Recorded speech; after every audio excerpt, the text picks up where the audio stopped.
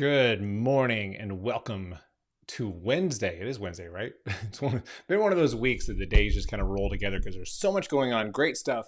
But that is also the point of the conversation today. I'm getting everything set up so I can check on the comments too. But really, what I want to talk about today is we've been talking about Mindset Shift Week this week and how you can optimize your performance, how you can optimize your happiness, how you can optimize your effectiveness. I want to talk about the concept of focusing on one thing at a time. Now, I talked about setting multiple goals, which is not contradictory. There we go. To this point, what it is the ability to move any and all goals forward. But when we think about how we go about our day, how we go about actually achieving tasks and moving goals forward, if you think about spreading your energy over three things versus one, that to me is where you need to be focusing your energy, is on the one thing. And we're going to talk about how we can do that today, because the statistics show that we think that we're great multitaskers. How many people, will say in an interview or a job interview or on a social post, like, oh, I'm a great multitasker. I can totally handle multiple things at once. So statistically, we think we can. 80% of adults think that they can multitask.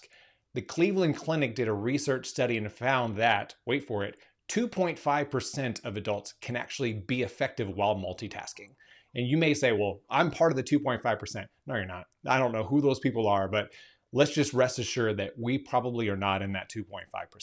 So when we talk about focusing on the one thing, I want you to try something today.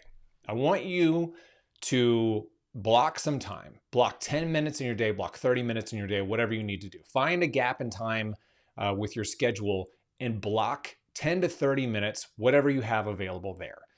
In that 10 minutes or in that 30 minutes, in that block of time, I want you to think about one thing that you want to accomplish, whether it's catching up on email or writing a blog post or coming up with a creative campaign for your personal branding, whatever that winds up being. Think about one thing only.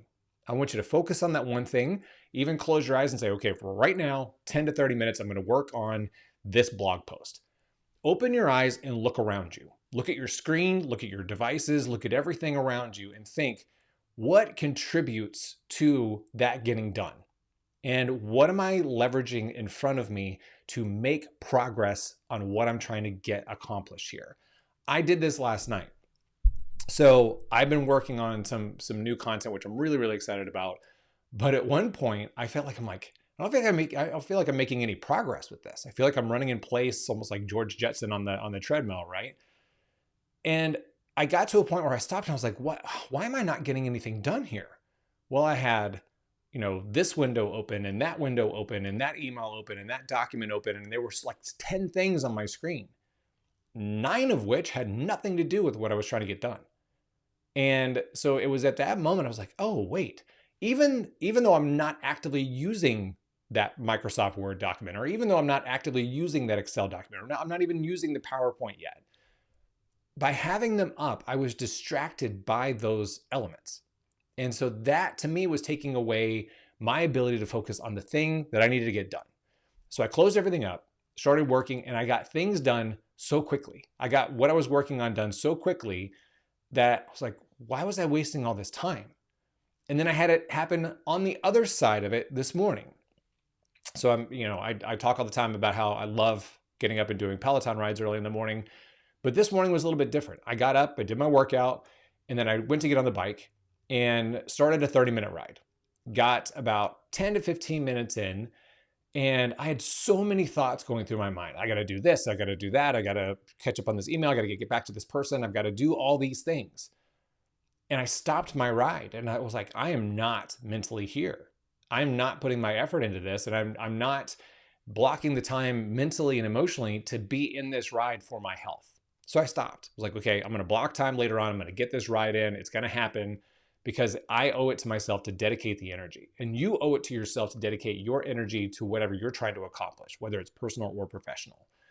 So again, I go back and challenge you, the 10 to 30 minute exercise, focus on one thing, but then and don't cheat on this. Like, focus on what you think you're going to be doing. Don't disturb your environment at all.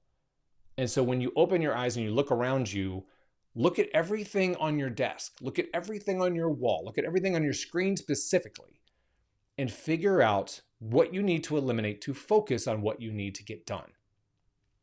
That versus previous efforts are probably going to be vastly different. They were for me. I have a very strong thought that they are going to be for you as well.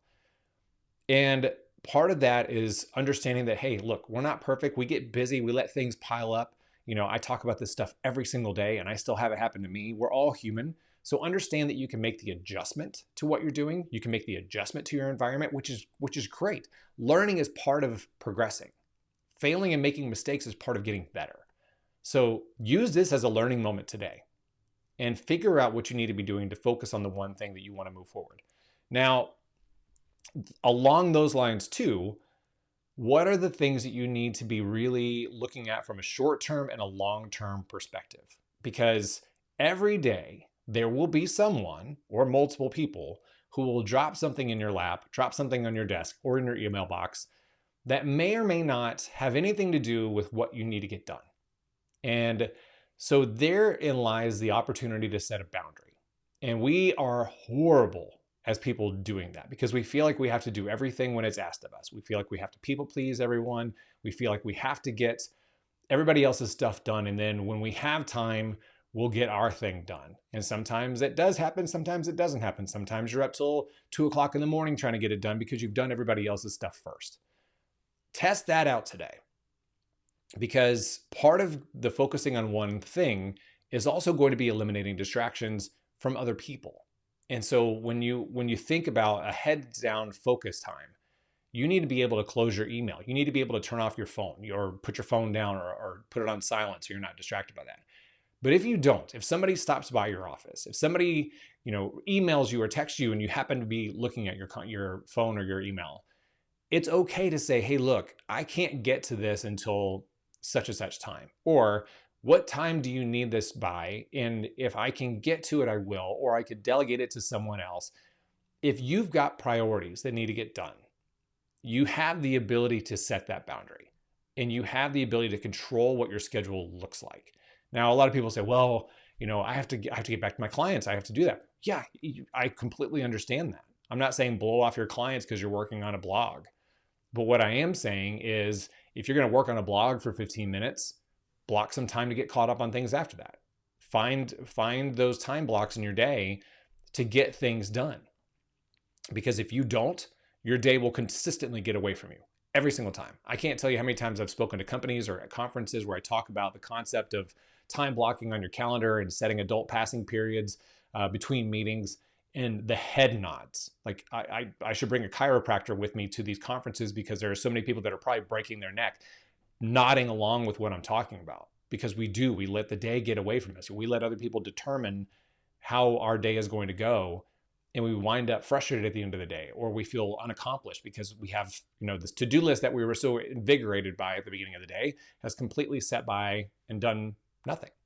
And so again, really be mindful of your boundaries. Really be mindful of what you're letting in, what obligations you're owning up to, and what you're setting from a timeline expectation standpoint. That in of itself will change the game for you.